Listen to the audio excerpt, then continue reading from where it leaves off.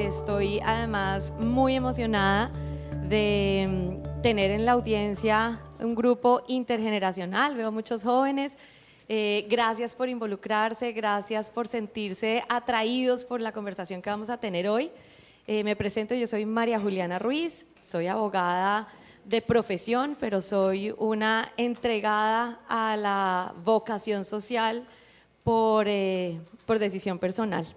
Y hoy tengo la fortuna de estar acompañada de dos grandes personalidades y tenemos un objetivo y es motivar un poco la inquietud y guiar la conversación hacia el futuro del derecho, hacia qué estamos entendiendo como el Estado de Derecho, quiénes son los llamados y los responsables de estos marcos normativos, de esta esencia de convivencia finalmente, porque el derecho lo que nos ha demostrado es que nos ha permitido pues una convivencia y una vida en sociedad bajo algunos parámetros que nos permitan defender no solamente la individualidad, sino crear conciencia de la realidad humana, y es que somos entes sociales, de que hacemos parte de un colectivo y de que cada una de nuestras acciones cuenta, y cuenta no solamente para nosotros, sino también tiene un impacto en los demás. Y que a veces es preciso autolimitarse, autorregularse, ceder y en algunos casos, como la manifestaba Javier ayer, incluso someter un poco de nuestras libertades de manera voluntaria en pro de una vida colectiva pacífica, justa, equitativa. Entonces, vamos a hacer un modelo muy sencillo de conversación. Ojalá tengamos en el proceso también la participación de quienes nos acompañan hoy en la audiencia. Queremos empezar como en una exposición de casos, de algunos contextos muy puntuales que nos han hecho cuestionarnos sobre esa agilidad con que la norma, los marcos regulatorios, incluso las instituciones, los entes jurídicos y los individuos, los juristas, estamos respondiendo a la dinámica global, estamos respondiendo al avance social y estamos respondiendo a un mundo que va a toda velocidad, cambiando en escenarios económicos, en escenarios de participación pública, en escenarios de comunicación, de convivencia, y por supuesto no podemos dejar atrás la respuesta que muchos de nosotros desde el ámbito jurídico podemos dar para esa vida en convivencia. Entonces, tengo a la doctora Clara Gómez, abogada penalista, colombiana, a mi izquierda, y tengo a mi derecha al doctor José Manuel Muñoz, quien además nos va a exponer, es español y nos va a exponer también un área quizás novedosa para el derecho, y me gustaría de pronto empezar, José Manuel, porque nos compartieras hoy algo no solamente de ti, de quién eres, de tu experiencia, sino de cómo estás viendo esa necesidad de que nos anticipemos desde las ciencias jurídicas a responder esas grandes evoluciones humanas y sociales que tenemos. José Manuel es investigador principal del Centro Internacional de Neurociencia y Ética, ¿es correcto? Entonces, muchos de ustedes estarán diciendo neurociencia y ética. Venía un tema más académico enmarcado en el ámbito jurídico, pues ya verán cómo es necesario que estemos atentos, prestos, pero sobre todo muy creativos a la hora de responder a las nuevas dinámicas, a las nuevas problemáticas y a los escenarios de vida social que nos está enfrentando hoy el mundo. Entonces, adelante, nos vas a contar un caso muy interesante y a partir de él empezar una reflexión, y es ese fenómeno que se vive hoy de posibilidades de alteración genética en los seres humanos. Entonces, adelante, José Manuel, bienvenido y muchísimas gracias por acompañarnos. Muchísimas gracias, María Juliana, es un placer estar aquí.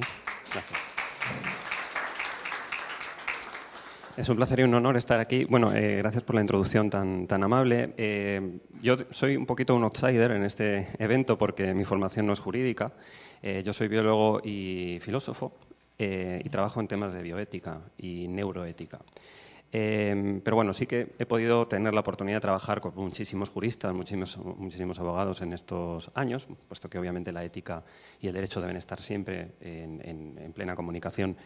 Y el caso que quiero presentar hoy es un caso de bioética que fue muy polémico en su momento, que es un caso de manipulación genética de los primeros bebés, como digo, modificados genéticamente, utilizando una tecnología pues muy puntera. De hecho, esta tecnología mereció un premio Nobel hace unos pocos años. Yo, de hecho, el año pasado tuve la oportunidad de trabajar en el mismo centro que una de las ganadoras de este premio, Jennifer Doudna.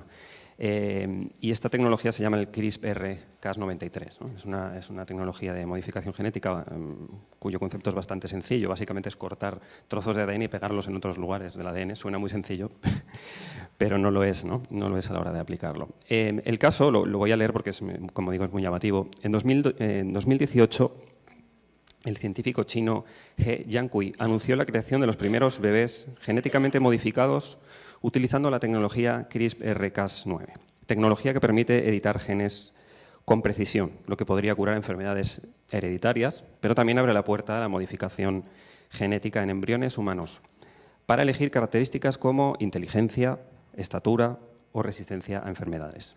Su objetivo era hacer a los embriones resistentes al virus del VIH, pero su experimento desató una ola de controversia global. La comunidad científica cuestionó la ética de su investigación, el consentimiento de los padres y los riesgos impredecibles para la salud de las gemelas modificadas. Como resultado, He Jiankui fue condenado a prisión en China y su trabajo llevó a que muchos países prohibieran la edición genética en embriones humanos. Sin embargo, la falta de una regulación unificada, esto es clave, regulación unificada, deja abierta la posibilidad de que en algunos lugares estas prácticas continúen sin supervisión adecuada. Aunque la comunidad científica mundial rechazó el experimento de He Jiankui, la tecnología CRISPR sigue avanzando y el mundo aún no tiene un marco legal global claro al respecto. Aquí un importante reto creo que es establecer, como decía, marcos regulatorios internacionales para la edición genética en humanos, asegurando que la ciencia avanza con responsabilidad y con un enfoque ético que protege a las generaciones actuales y futuras. Y si me permites, voy a abordar brevemente una primera cuestión que me parece muy importante, y es qué derechos deberían garantizarse a las personas que nacen con modificaciones genéticas, ¿no?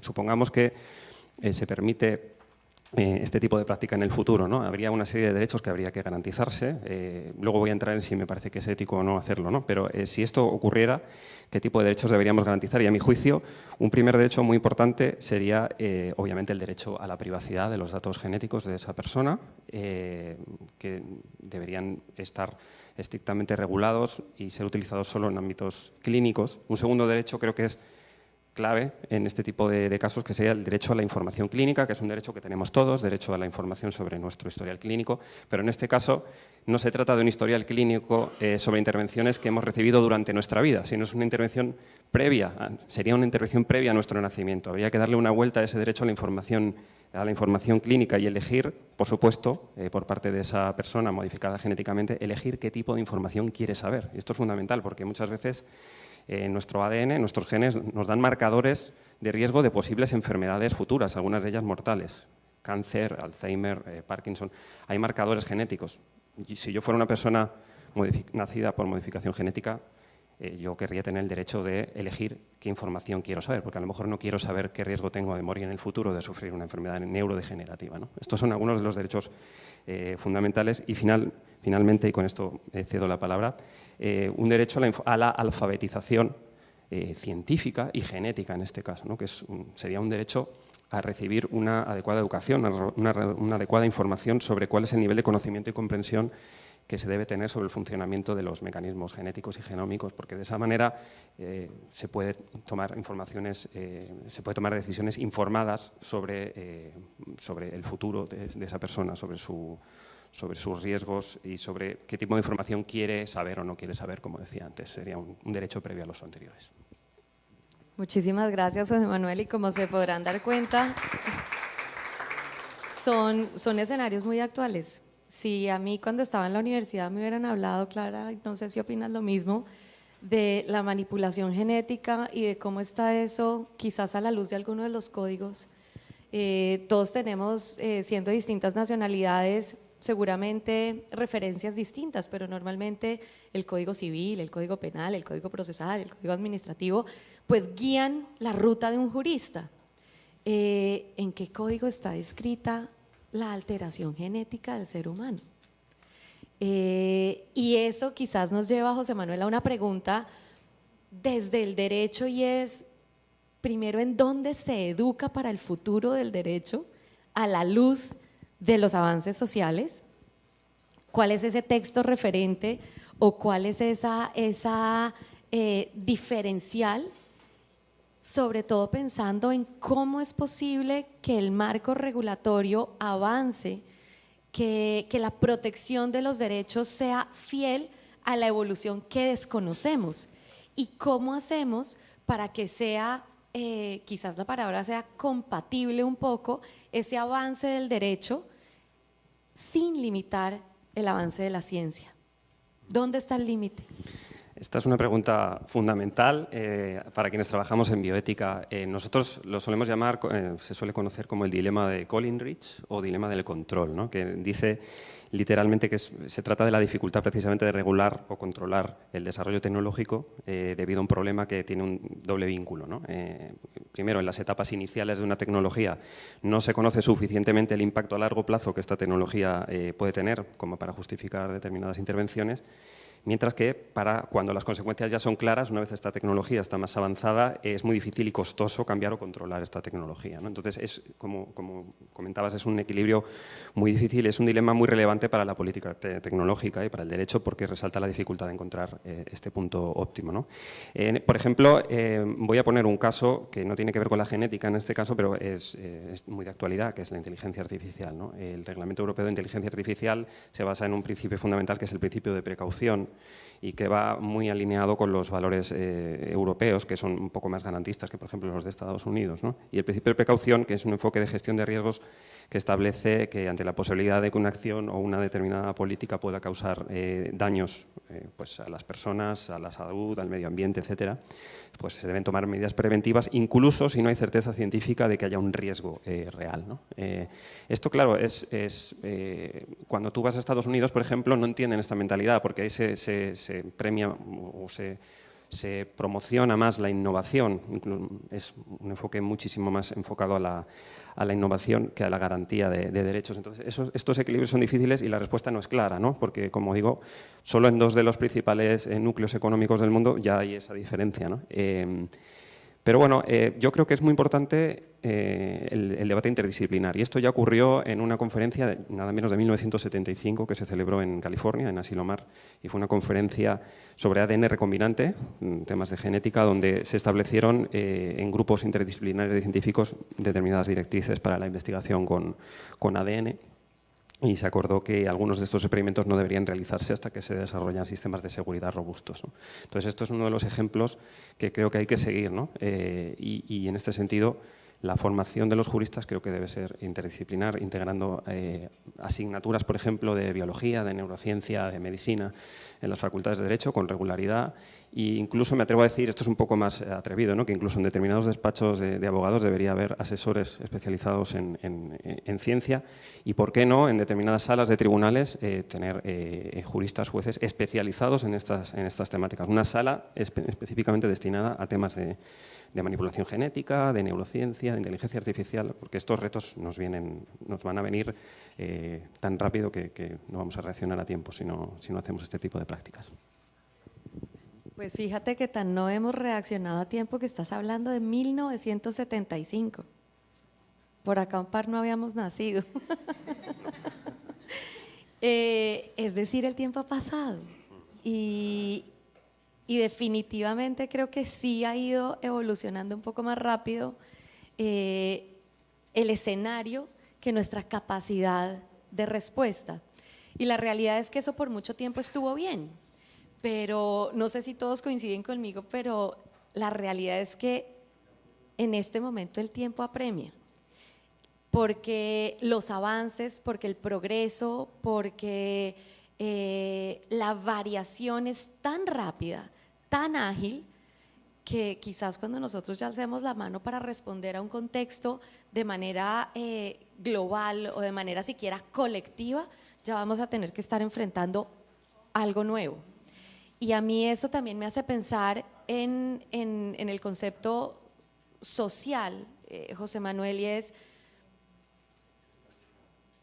¿qué tan factible es que desde algo que pareciera ajeno al derecho, desde algo que pareciera ajeno a la capacidad y a la formación que tenemos los juristas, sí se impacte algo trascendental, y es que la edición genética termine, por ejemplo, pensando en lo que implica esto en un individuo, en el desarrollo humano, termine impactando escenarios tan determinantes en la sociedad como la equidad, que haya unos seres humanos, unos ciudadanos editados genéticamente con capacidades, por la razón que sea, superiores, diferentes,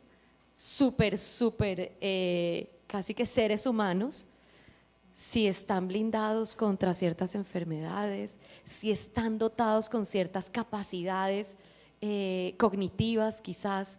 Entonces, ¿no abriría esto también una brecha social en eso a lo que tanto nos dedicamos muchos de los abogados, y es promover la equidad social?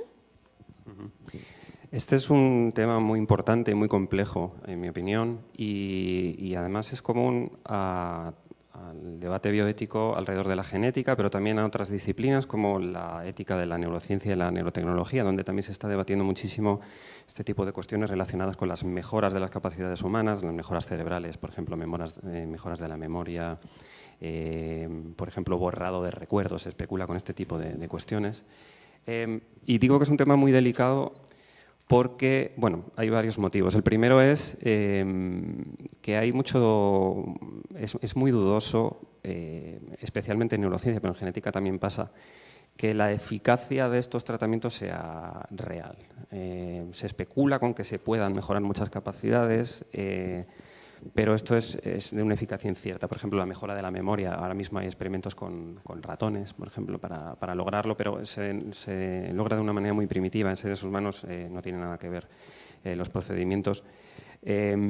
Y una cuestión muy importante es la diferencia entre tratamiento y mejora, porque podemos mejorar la salud, es un tratamiento, es un aspecto clínico, pero también podemos mejorar sin que sea algo relacionado con algún tipo de carencia en alguna de nuestras capacidades o una carencia en la salud. No es lo mismo tratar a una persona que está enferma que mejorar la memoria, por ejemplo, para que sea mejor que otros estudiantes en un examen, ¿no?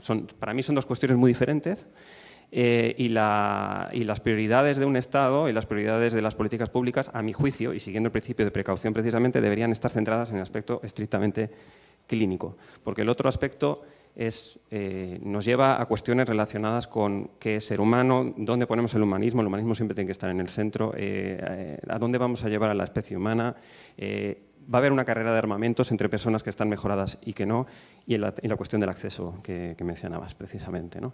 Una posible respuesta para acceder a estas tecnologías sería promover políticas públicas de acceso a estas tecnologías. Pero hay que tener cuidado porque a veces promover esta igualdad de acceso puede paradójicamente causar desigualdades. Por ejemplo, no es lo mismo, los efectos de un tratamiento no son los mismos en dos personas diferentes. Cada uno de nosotros y nosotras somos muy distintos y el mismo tratamiento de mejora puede tener efectos muy diferentes. Entonces podría darse la circunstancia paradójica de que ese tratamiento no clínico, sino simplemente para mejorar a la especie, ¿no? Mejorar al ser humano, aumentar esas brechas. Entonces, desde mi punto de vista, insisto, y con esto termino, creo que de momento este tipo de tratamientos o de modificaciones deberían centrarse solo en el aspecto clínico.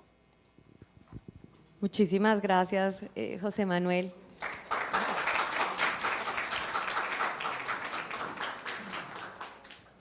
Estoy feliz de ver la curiosidad, la inquietud y incluso la asertividad de muchos en decir, realmente hay tantos temas sobre la mesa en donde muchos de los que están hoy empezando su formación, pues ven una oportunidad también hacia el futuro.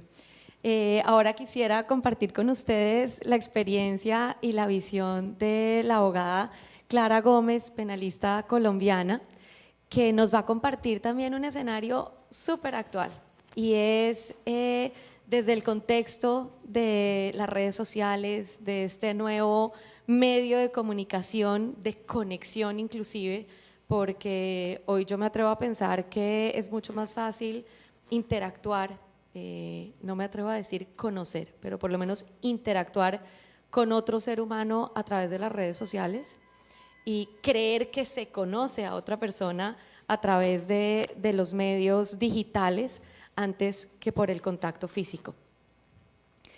Y un caso particular, inclusive para mí, que ha sido de mucha curiosidad, es el contexto de las familias blogueras. Yo creo que uno de esos temas vanguardistas. No hay un joven, inclusive un adulto, que no tenga por ahí alguna familia o algún referente de los medios digitales. Y en ese contexto de familia, uno tendería a pensar que cuando ve en un medio digital un papá, una mamá, un niño pequeño, se está exponiendo exclusivamente a una vida familiar. Pero detrás de eso, alrededor de eso y vinculado a eso, hay un montón de derechos individuales y de derechos colectivos que entran a formar parte de la escena. Entonces a mí me encantaría que Clara nos compartiera desde su visión, no solamente del derecho penal, sino también desde su visión incluso de mamá, de jurista, un caso que seguro algunos de ustedes conocen, que es el caso de Ruby Franke, una mamá que inició un proceso de comunicación de vida familiar en Utah, en los Estados Unidos, con un modelo de formación de una familia un poco estricta, visibilizando los castigos, visibilizando inclusive las normas y las conductas que exigía en su casa, y terminó después de muchos años en un proceso tremendamente agresivo realmente, de visibilización de una vida intrafamiliar marcada por dos momentos: la realidad que se vivía al interior de esas familias, de esa familia, y la que se exhibía en aras de lucrarse, en aras de ganar más reconocimiento, y para la cual el medio empleado fueron los menores de edad. Entonces, ¿por qué no nos compartes un poco más de ese caso, Clara? Los contextualizas y nos dejas saber tu opinión. Bueno.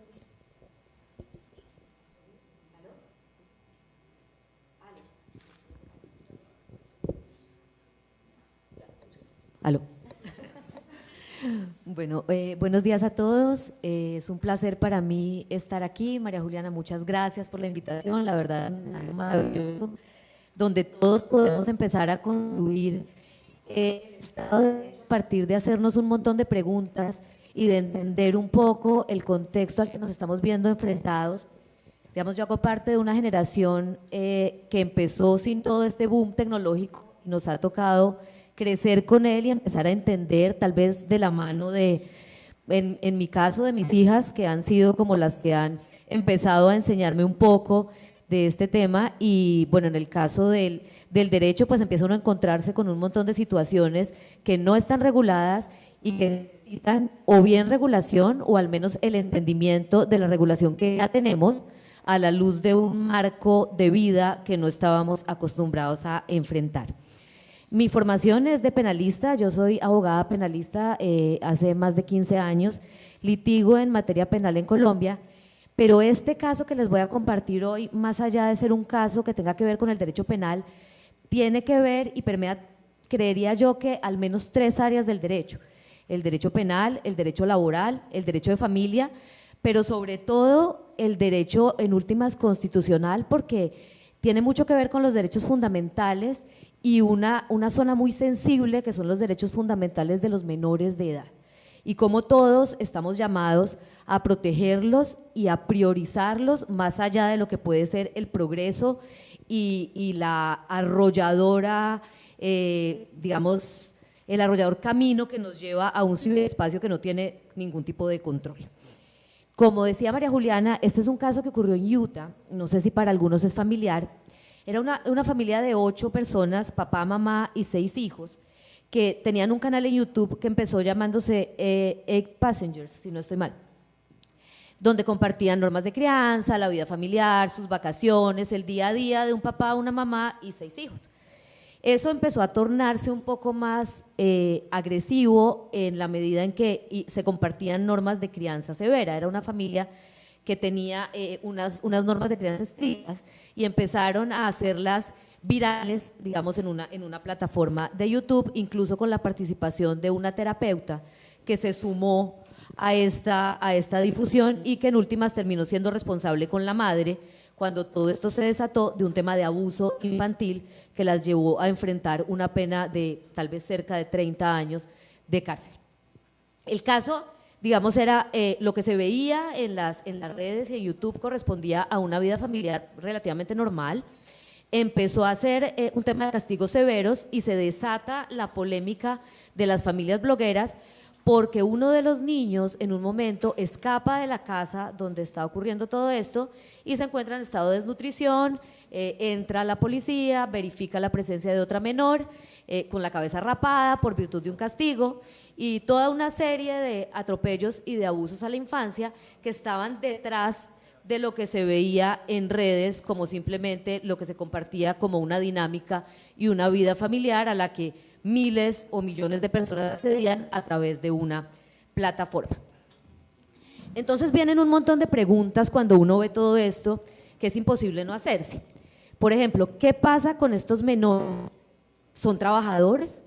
¿Tienen alguna regulación? ¿Trabajadores en qué horario? Si es que son trabajadores 24/7, porque esto eran cámaras en la casa permanentemente transmitiendo lo que era la vida familiar y de los niños. Entonces, son trabajadores, están regulados, tienen alguna protección laboral. ¿Qué pasa con los ingresos de esos menores? ¿Quién los maneja? Su papá o su mamá, que son quienes tienen supuestamente la custodia, pero son ellos mismos quienes los están monetizando. Entonces, esos menores, ¿qué pasa con la crianza desde el punto de vista del derecho de familia? ¿Es una crianza respetuosa? ¿Es una crianza formativa, emocionalmente sana? Cuando realmente lo que tú buscas son likes a través de los hijos, realmente las emociones se monetizan. No vas a educar personas con inteligencia emocional si lo que necesitas es una ira desatada que genera likes, un llanto desaforado que genera likes, una frustración desmedida que genera likes. Entonces, ¿dónde está? Y los likes generan dinero, ese dinero pertenece a los menores y el dinero de los menores los manejan sus padres. O sea, un círculo vicioso, todo mal, todo mal. Tenemos además de eso un tema de explotación y de abuso, porque claramente estamos hablando de una explotación infantil. Los niños están sometidos todo el tiempo a que los estén visibilizando. No sé cuántos de ustedes, al menos yo no dejaría ir a mis hijas a jugar con niños en una casa donde sé que están siendo filmados las 24 horas del día y que están siendo transmitidas en vivo sus juegos, sus tareas, sus vivencias. Entonces son niños que crecen también sin amigos. ¿Qué niño va a querer ir a jugar con esos niños que están siendo instrumentalizados para que el hijo de uno también lo sea? Entonces hay un tema emocional muy complejo, un tema de derechos del menor que se está viendo altamente comprometido ahí, el derecho al libre desarrollo de la personalidad. Si se están libreteando los niños para poder generar un contenido permanente, ¿será que sí se están desarrollando libremente? Seguro no lo están haciendo. La dignidad, si cuando nos sentimos observados de adultos, uno siente un poco vulnerada su dignidad, su intimidad. Ahora un niño que no puede ser libre para desarrollarse, ni siquiera para jugar, pues realmente resulta abrumador. Muchas preguntas hay ahí. Las plataformas, ¿qué responsabilidad tienen las plataformas? Si es que ellos no son los que crean el contenido, quien crea el contenido es el padre o la madre y simplemente lo promueven a través de las plataformas. ¿Cuál es la regulación? Los datos viajan a través de muchas jurisdicciones. Entonces, ¿quién está llamado a regular esto? muchísimos problemas. En Utah, con motivo de este caso que les cuento y que les comparto hoy, se generó una ley que tiende a proteger, en mi sentir, de una forma muy incompleta el tema. ¿Qué es lo que permite? El manejo del ingreso de los menores, una protección, digamos, de lo que ganan con este tipo de contenido y que tengan la posibilidad de retirar el contenido de las redes. Todos sabemos que una vez algo se sube a redes, eso es incontrolable. Lo que sube a redes, bajarlo, por más que lo desmontes, ha viajado, se ha copiado, se ha guardado. Entonces, retirar el contenido no es una medida efectiva. Proteger el dinero, ok, se les protegen los ingresos. ¿Será que hay dinero que pueda resarcir el daño de una infancia limitada por las cámaras? ¿De una crianza que no es afectuosa sino monetizada? Yo creo que no. Yo creo que no lo hay y no lo es, y no hay precio que pague eso. En el mundo, de acuerdo con la estadística, 175,000 niños, si no me engañan los números, que por acá los tengo, 175,000 niños están haciendo conexión por primera vez cada día a Internet. Eso quiere decir que un niño cada medio segundo está por primera vez ingresando a las redes. Esto no tiene control, pero si además esos padres, que son los que deberían vigilar el contenido que ven sus hijos, que comparten sus hijos, porque el llamado que tenemos nosotros como padres es ese, controlar el contenido. Por eso hay edades para entrar a las redes, por eso hay edades para visitar Instagram, plataformas, y aún con esa edad uno como padre tiene el deber de mirar, oye, ¿qué estás viendo? Ven, ese video de qué es, pilas con esa ventana emergente, ten cuidado con lo que miras. Pero si esa protección del menor no solo no se ejerce, sino que además se utiliza ese menor como una herramienta para hacer dinero, mucho dinero, porque todos sabemos que las plataformas generan unos ingresos muy buenos para quienes saben manejarlas, pues la protección del menor no existe.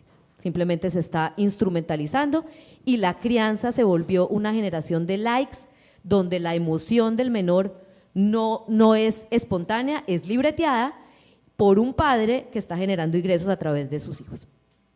En Francia han intentado regularlo, tal vez es el único país que tiene una norma que tiene que ver con los niños influencers, porque más allá de las familias blogueras, que es tal vez el caso más como más patético de lo que ocurre con los derechos, pues todos sabemos que los niños todo el tiempo están promocionando juguetes, están vistiéndose con ropa que les entregan patrocinadores y en todo caso terminan siendo niños trabajadores. Esta parte del niño trabajador ha sido regulada un poco más en Francia, de acuerdo con la normatividad laboral que ellos manejan, han abierto como un espacio para los kids influencers, pero también sigue siendo un poco incompleta a partir de lo que puede ser la protección del menor. No hay un código de infancia que lo prevea, el mundo va demasiado rápido, no existe en Latinoamérica ningún código que esté, digamos, en vanguardia o que se prevea ni siquiera que conozca yo una reforma que pretenda incluir este tipo de espacios, pero la verdad es que estamos tarde para hacerlo, porque los casos de familias influencers cada vez son más grandes y el daño en la infancia cada vez es más fuerte y esas son las generaciones que van a estar a cargo de la democracia, del Estado de Derecho, del funcionamiento de la sociedad y la verdad están teniendo un manejo de emociones casi nulo, no solo por un ataque de lo que es el mundo actual, que es muy agresivo en términos de tolerancia a la frustración y un montón de habilidades que están siendo muy difíciles para la infancia desarrollar por el mundo que les tocó vivir. Sumémosle a eso una familia que instrumentaliza a sus hijos y que no les permite el libre desarrollo de la personalidad, la intimidad, la autonomía, porque viven basados en un libreto, en una dinámica agotadora de tener cámaras 24 horas al día acompañándolos en su proceso de desarrollo. Así que muy complejo, María Juliana, un tema muy interesante, pero a la vez muy retador. Entonces viene el tema, ok, lo frenamos todo y nos dedicamos y nos volcamos al tema de los derechos de los niños. Tal vez es imposible. Es imposible frenar algo que ya empezó su curso y que creería yo que no tiene freno. Pero sí hay que hacer algo, porque los derechos de los niños tienen que estar siempre por encima de todo y la infancia se está viendo amenazada por el tema de las redes sociales y por el manejo que están dando sus padres a este tipo de situaciones. Definitivamente, yo los vi a todos acá asintiendo, preocupándose, asombrándose, y justamente de eso se trataba este espacio. Y yo inclusive, escuchándote, Clara, venían un montón de preguntas y de escenarios que me gustaría poner sobre la mesa. Tú hablabas de algo que para mí es fundamental, y es el ser público. Un menor que es explotado en su casa porque tiene que salir a vender, pasa en Colombia y supongo que en gran parte de Latinoamérica, dulcecitos a un semáforo. Ese padre o esa madre puede ser sancionado porque a la luz del derecho colombiano está explotando a su hijo. ¿Qué pasa con estos menores que están siendo explotados públicamente? ¿Esos padres tienen algún tipo de sanción? ¿Estamos diferenciando lo que se hace en público y es avalado por los likes, como mencionaba Clara, o por la simpatía que genera ver un niño eventualmente corregido públicamente? Pero en cambio estamos siendo severos, exigentes y ceñidos a la ley y a la norma con unos padres que tienen la necesidad de aumentar sus ingresos familiares, y para lo cual eventualmente su hijo se voluntarea para salir a conseguir unos ingresos extra. Entonces, realmente los cuestionamientos son profundos. Pensaba también un poco en cuál es ese contexto que debe enmarcar la comunicación y los medios digitales. Es el derecho de comunicaciones y de las telecomunicaciones el que hoy debe responder a este tipo de escenarios. Claramente no. ¿Es el derecho de familia? Muy seguramente no de manera exclusiva. No exclusivo, es que todas las áreas del derecho deberían responder a un tema como este, y la inquietud que tú planteas es tal cual, es explotación también, una explotación más, no sé cómo decirlo, tal vez más… Sí, más condescendiente y en últimas más llamativa, más bonita estéticamente, pero es exactamente lo mismo que tú poner a tu hijo en un semáforo o sacarlo a vender los dulces. ¿Qué pasa con el consentimiento de estos menores? Si es que el menor consintió, ¿está en capacidad un menor de consentir para hacer este tipo de cosas? Claramente no lo está, no tiene la dimensión cognitiva para expresar su consentimiento en algo como esto. Más grave aún, me imagino que así funciona acá también. En Colombia, el consentimiento para que un menor pueda trabajar lo da una institución, pero también sus padres. Entonces, ¿será posible que el padre, que es el mismo que pretende monetizarlo, esté consintiendo que el menor trabaje? Estamos mal, o sea, porque la regulación no está acorde con lo que está ocurriendo. Y todos tenemos que salir con el tema, desde el derecho constitucional, desde lo más alto, los derechos fundamentales de ese menor, su dignidad, hasta incluso el derecho penal. ¿Habrá algún bien jurídico que se vulnere, así no haya maltrato, con la simple sobreexposición permanente de un menor en redes sociales? ¿Será que necesitamos un tipo penal autónomo para esto? ¿Será que lo podemos encuadrar en alguno de los que ya tenemos en el catálogo del derecho penal? Eso todo hay que pensarlo, porque realmente dejar esto en manos de un derecho de las telecomunicaciones, pues es insuficiente, no es por ahí la regulación. Definitivamente. Yo creo también que hay algo trascendental en este tipo de escenarios, y como ven hemos cogido dos casos muy controversiales, uno que desde una manera casi previa al ser humano, a la existencia del ser humano, está alterando la condición del individuo, pero sobre todo impactando de manera muy profunda el desarrollo social. Y desde este contexto muy actual, estamos también dejando a la luz la necesidad de responder de una manera ágil, de una manera audaz, de una manera oportuna a esos cambios que estamos viendo en la sociedad. Y justamente también es algo que a mí me gustaría conocer, particularmente de los jóvenes, de quienes hoy están en la práctica de escenarios como estos. ¿cómo creen ustedes que debemos encauzar la formación de los juristas? Clara mencionaba algo que para mí es indiscutible.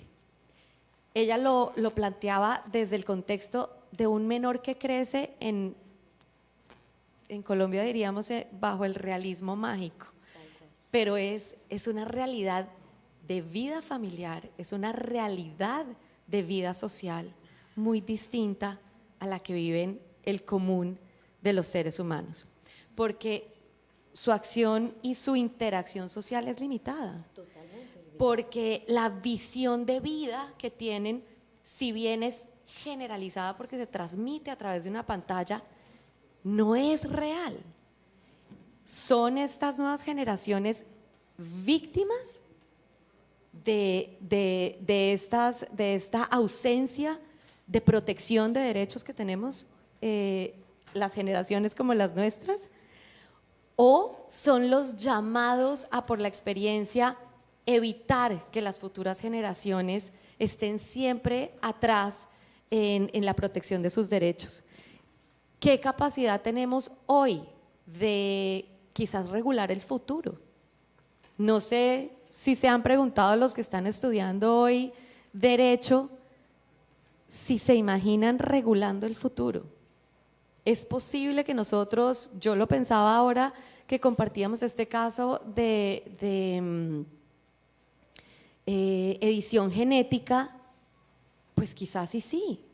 Quizás y si ponemos los derechos fundamentales por encima de todo nuevamente, no importa qué vaya sucediendo, finalmente la protección del ser humano pues no es canjeable, no. La protección del ser humano no es negociable, no. La protección del ser humano no es un tema de ciencia o de tecnología. Es un tema de humanidad. Entonces, me gustaría de pronto que inclusive oír a la audiencia, en quienes nos acompañan hoy, qué les ha generado este debate y cómo visualizan la normativa, la conciencia social ciudadana. Hay algo que para nosotros en la fundación que lidero es trascendental, y es formar a las nuevas generaciones bajo la conciencia del valor público. Y ojo, no estoy hablando de servicio público. También tenemos jóvenes con vocación de servicio público. Hay quienes quieren ser alcaldes, quieren ser gobernadores, quieren ser defensores del pueblo, quieren ser presidentes. Pero estamos hablando de lo que nos une a todos los seres humanos, y es el valor público. No hay un individuo, no hay un ciudadano que no genere, o por lo menos tenga la capacidad de generar valor público. Puede no hacerlo haciendo un efecto contrario, pero que hay una consecuencia y que hay un efecto de cada acción individual en colectivo no se puede negar. Nosotros preferimos siempre ver lo positivo, y es cuál es ese valor agregado que le da un individuo con cada acción a la sociedad. Entonces, ¿cuál es ese valor agregado que las nuevas generaciones están dando? ¿Cuál es ese valor público que desde el derecho podemos anticipar y construir quizás para la sociedad del futuro? Tú mencionabas algo muy importante, y es el tema de lo fundamental. Y yo creo que un poco las nuevas generaciones, en el tráfico de lo que es la modernidad y todo lo que ha venido ocurriendo, han olvidado, digo han porque no creo que yo sea de las nuevas generaciones, han olvidado un poco lo fundamental. Realmente el derecho pienso yo que es tal vez impensable que pueda ocuparse de cada cosa pequeña y de cada evento que va ocurriendo sin caer en un tema de sobreregulación que puede resultar muy inconveniente. El tema es volver a la fundamental, a los principios. Los principios no cambian ni pueden cambiar por la modernidad. Hay un catálogo de derechos que ya existe, con el que hemos funcionado durante todo el tiempo, y creo que eso es lo que hay que adaptar a lo nuevo que está ocurriendo. Los derechos fundamentales no han cambiado. La vida, la dignidad, la intimidad, el libre desarrollo de la personalidad, el desarrollo de una infancia digna, de una crianza respetuosa, amable, eso no ha cambiado. Por más que vengan las redes sociales, por más que vengan cada vez más cosas que va a ser imposible regular en cada momento sin caer, como les digo, en una sobreregulación que nos lleve a la inaplicabilidad del derecho, que creo que es el peor escenario en el que podemos caer, estar llenos de normas que no se aplican, que no son efectivas, que no son eficientes y que en últimas no sirven para nada, un código lleno de artículos para cada evento que ocurre, entonces si se mata a hombre, si se mata a mujer, si se mata a mujer cuando se mata con cuchillos, si se mata con pistola, no, o sea, ahí está la vida y la vida está protegida. Volvamos a lo fundamental, no pretendamos crear una norma para cada evento y con eso tenemos cubierta una cantidad de temas y de la incertidumbre que hace que no podamos preverlo todo. El volver a lo fundamental nos garantiza al menos tener unas normas de convivencia, de democracia y de garantía en el Estado de Derecho que no se vean avalladas por la tecnología y por los cambios de la modernidad. Sin lugar a dudas. Sí, yo no, si se me permite, no podría estar más de acuerdo con lo que acaba de decir mi colega. Y según hablaba me estaba recordando a un caso que ahora está muy de actualidad en el mundo de la biología y de la neurociencia, que es la cuestión de los llamados neuroderechos, ¿no? Es un tema en el que yo vengo trabajando algunos años y precisamente hay todo un debate acalorado sobre la creación de nuevos derechos para proteger la mente, el pensamiento, el cerebro y demás. Creo que es un tema muy interesante, pero mi opinión es muy parecida a la que ha sostenido mi colega. Yo creo que en derecho casi todo está inventado. Yo no soy jurista, no quiero aquí dar lecciones a todos los presentes, pero el debate de la inflación de derechos está ahí. Al final, si creamos derechos nuevos para todo, al final el propio sentido y valor de los derechos, especialmente de los derechos humanos y fundamentales y constitucionales, desaparece o se disminuye. Al final se pierde la seriedad, ¿no? Por así decirlo. Pero si se me permite decir este comentario, porque estaban ustedes diciendo cosas muy interesantes y yo pensaba, qué importante es que la ciencia informe al derecho. Y en dos cuestiones que han mencionado ustedes, hay cuestiones de vanguardia que es importante tener en cuenta. Una era la cuestión de los menores. Estaban ustedes hablando del consentimiento, de la toma de decisiones, de por qué los menores no están en disposición de tomar decisiones responsables. Fíjense que hay evidencia creciente de que la parte prefrontal de nuestro cerebro, que es la última que se forma en el desarrollo embrionario, no termina de formarse hasta pasados los 20 años. Incluso hay estudios que hablan de casi los 30 años. Y esa parte es la más relacionada con la toma de decisiones, con la deliberación, con la planificación. Entonces, este tipo de información yo creo que es muy importante porque se replantea toda la cuestión de la mayoría de edad, el consentimiento, consentimiento en todos los aspectos, en el aspecto clínico, en el aspecto sexual, en todos. El derecho penal que mencionaba la compañera. Entonces, la biología creo que es muy importante tenerla en cuenta, ¿no? Y otro aspecto que era el del valor público. No puedo estar más de acuerdo. Todos resonamos a los demás de alguna manera, ¿no? Bueno, pues ¿qué les digo? Si les digo que hay también experimentos que están empezando a demostrar que cuando diversas personas que no se conocían de nada se ponen de acuerdo en un determinado tema después de conversar y buscan un consenso, sus cerebros empiezan a funcionar en sincronía, ¿no? Entonces, realmente la biología nos está demostrando lo que realmente siempre hemos sabido, ¿no? Que todos somos un espejo, resonamos en los demás. Cada uno de nosotros en una pequeña acción, una pequeña decisión, podemos crear valor no solo a nivel moral, no solo a nivel ético, incluso a nivel biológico, ¿no? En los demás. Entonces, bueno, yo creo que mi mensaje hoy sería este, ¿no? La biología debe informar al derecho y es muy importante tenerla en cuenta. María Juliana, si me permites, eso me mueve un poco tal vez a generar una reflexión, y es que los abogados en ocasiones somos un mundo un poco cerrado, un círculo un poco cerrado, y realmente creo que lo que nos demuestra la nueva realidad es que los abogados no podemos solos. Necesitamos de las otras disciplinas para funcionar. Los jueces necesitan de las otras disciplinas para decidir. Los abogados litigantes necesitamos de las otras disciplinas para defender, en mi caso, o para acompañar a la fiscalía cuando uno está en el rol de víctima. No, nosotros no conocemos esas nuevas realidades, no tenemos un conocimiento como ese, tan profundo en la biología, en temas tecnológicos, todos los delitos de violación de datos, de acceso abusivo a sistemas informáticos, manejan temas muy técnicos que los abogados por naturaleza no conocemos, tenemos una formación muy estricta, en ocasiones muy cerrada, y creo que las facultades de Derecho tienen ahora la tarea, y nosotros mismos como individuos, de obtener una formación más integral que nos permita hacer nuestro trabajo legal de una mejor manera y poder integrar al tráfico de la sociedad las normas jurídicas desde una perspectiva mucho más integral y más moderna de lo que están siendo los desafíos actuales. Sin lugar a dudas, y siento que de alguna manera, desde dos escenarios muy distintos, teníamos inclusive un debate que podíamos abrir sobre inteligencia artificial, que toca un poco de los dos que hemos hablado hoy, porque es, por ejemplo, tú hablabas de neurociencia, y es ¿quién protege los derechos de autor en una canción que ha sido creada por la inteligencia artificial? No, terrible. ¿Quién es el autor? ¿Quién es el autor? Pero peor, ¿cuál es la jurisdicción si la canción suena en todas las plataformas y se oye en todo el mundo? ¿La jurisdicción es cuál? ¿Dónde se crea? ¿Dónde se produce? ¿Dónde se oye? ¿Dónde se oye? ¿O de dónde es la voz que copió la inteligencia artificial? No sé, si copió la de Bad Bunny, la de Shakira. ¿Cuál es la jurisdicción que aplica y cuál es la norma? Correcto, ahí no hay ni sujeto de derecho, pero el conflicto está vivo.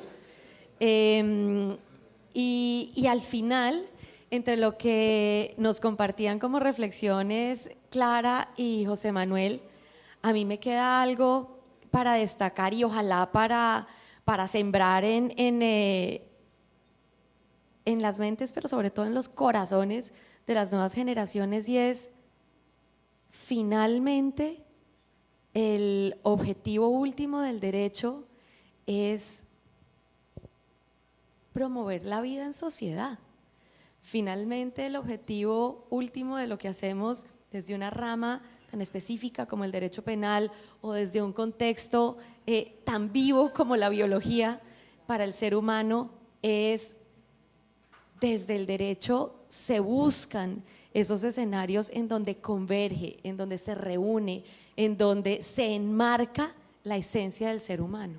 Pero la esencia del ser humano es un ente social. La esencia del ser humano no es el individualismo de la protección de un derecho para un caso particular.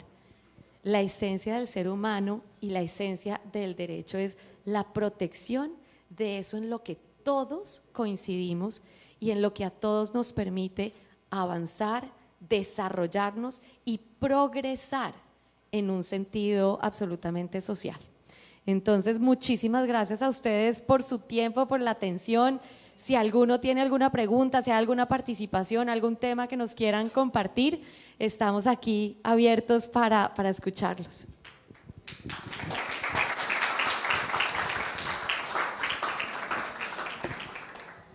Bien, gracias, muy buenos días. Darle las gracias por tan excelente participación y un comentario breve sobre las reflexiones tan interesantes que han hecho en dos, vamos a decir, en dos vertientes. Pero al final entiendo que hay un punto donde confluyen, y es que tenemos que pensar en legislar hacia futuro, como usted decía, pero no creando nuevas leyes quizás, sino adecuando las leyes. Por ejemplo, en República Dominicana tenemos muchas leyes, muchas de ellas obsoletas. Tenemos Código Civil afrancesado de muchísimo tiempo, le decimos napoleónico, ¿verdad? Pero en síntesis, lo importante es adecuar nuestras normas a las tendencias. Hablamos en los casos de los ADN, ahí vemos, ¿verdad?, una protección de lo que son derechos fundamentales, la dignidad del ser humano y todo eso. Pero hay un montón de casos con el tema de las redes sociales. Y yo les pregunto, ¿qué estamos haciendo en los estados para legislar y controlar el uso adecuado de los medios digitales. Le voy a poner un ejemplo. Una persona puede tomar una foto de nosotros y utilizarla en cualquier país del mundo. Aquí le llamamos usurpación de identidad. ¿Y cómo tú enfrentas eso? Si, por ejemplo, cuando tú decides judicialmente atacar eso, no tienen los organismos, o nuestras autoridades te dicen, no conocemos el enlace de YouTube, de Telegram, de Facebook, ¿cómo lo hacemos? Entonces yo pienso que el reto está ahí, en adecuar las leyes a los tiempos, quizás a futuro. ¿Es cuánto?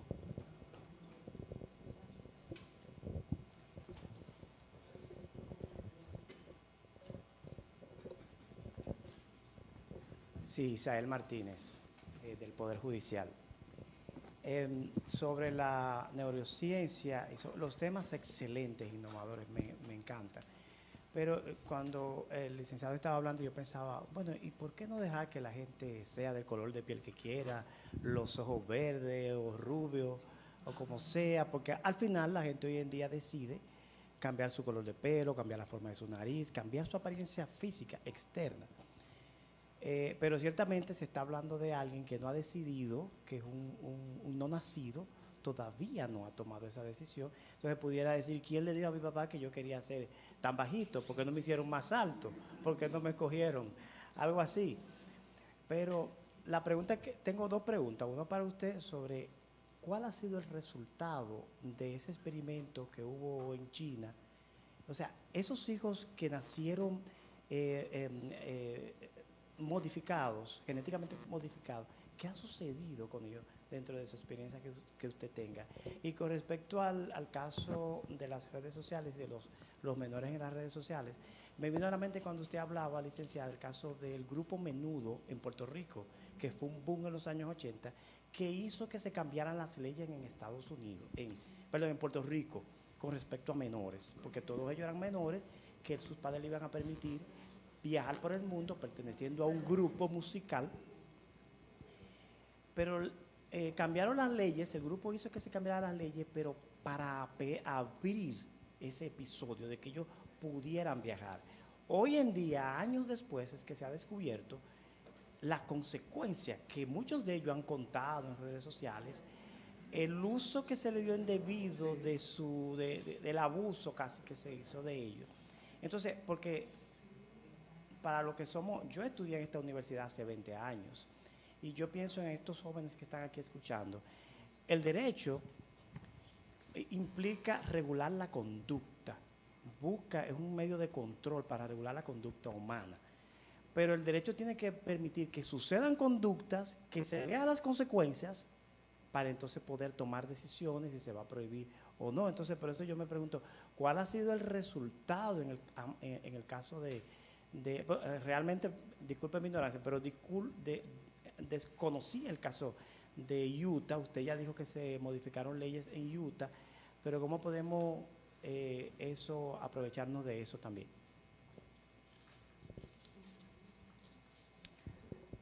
Bueno, sí. El caso de los bebés, bueno, al final estamos hablando de un caso de hace 7 años. Bueno, pues que yo sepa, los bebés siguen bien. La verdad es que no he hecho un seguimiento, conozco las consecuencias legales, pero no sé, no he leído después qué ocurre con estos bebés, no le puedo decir. Pero sí que hacía usted una reflexión muy interesante, ¿no? Estos bebés no pidieron ser modificados, no dieron su consentimiento, no. Bueno, llevado al extremo también podría yo decir, yo no di mi consentimiento a mis padres para ser concebido, ¿no? Pero claro, la cuestión es que hasta que uno no... Sí, claro. Bueno, de hecho, sí. A veces yo he escuchado a gente diciendo, ¿para qué habré nacido?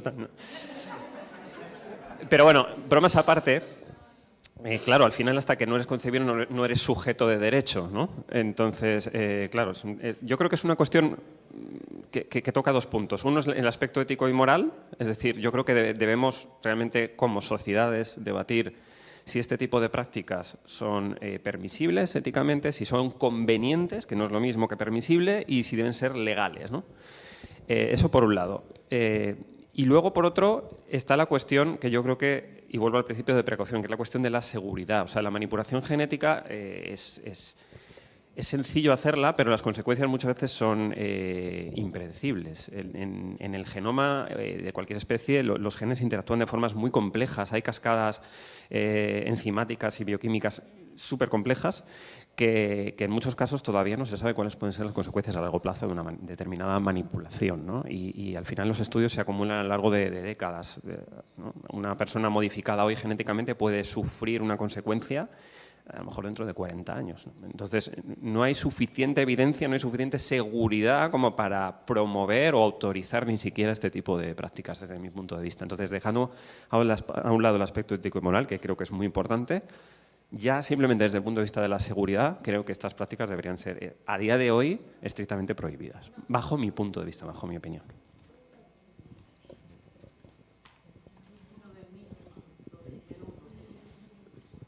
Bueno, con respecto a la pregunta, sí, efectivamente el tema lo reguló Utah, lo han regulado algunos estados de Estados Unidos, no hay norma federal aún, y eso ha generado un enorme problema porque las familias se han ido mudando de estados dependiendo de la conveniencia en la legislación del estado en el que pretenden desarrollar este tipo de actividades.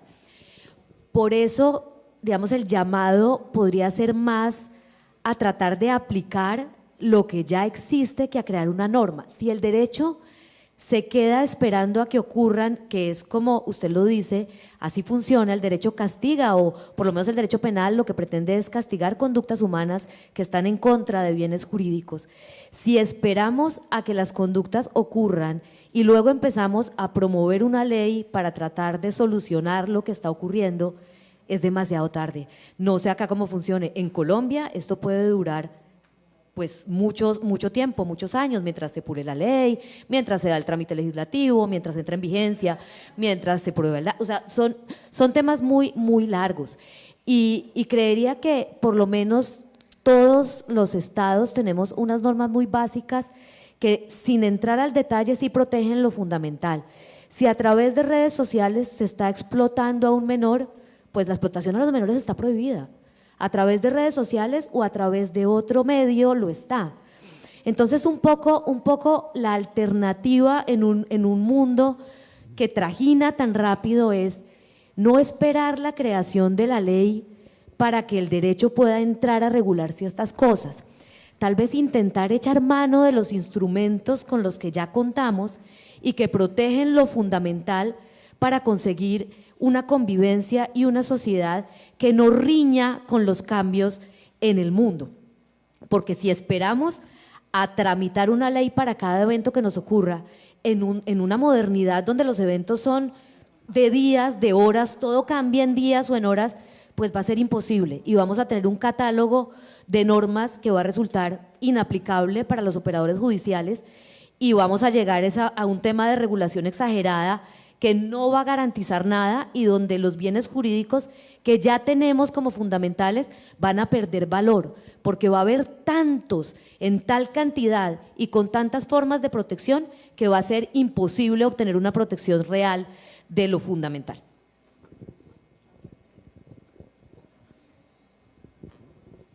Totalmente de acuerdo. Y mientras lo expresaban, lo pensaba desde los dos escenarios y francamente es inviable, porque si no se protegen los derechos, digamos, individuales, sino los que en cada caso apliquen para cada individuo, pues no se van a necesitar abogados y grandes juristas, sino se necesita un defensor activo mano a mano con cada ciudadano. Porque todo será sujeto de debate y todo estará sujeto a ser encauzado en alguna particularidad. Y yo creo que eso vuelve y nos sitúa en esa reflexión final y es, más allá de la particularidad de un caso puntual, el derecho evoca ese sentido social de protección a esas grandes cosas esenciales de los seres humanos. Entonces, creo que ha sido casi que por default, como dirían por ahí, el gran mensaje que nos queda, y es esa protección colectiva, esa protección mutua, más no puramente individualizada de los seres humanos.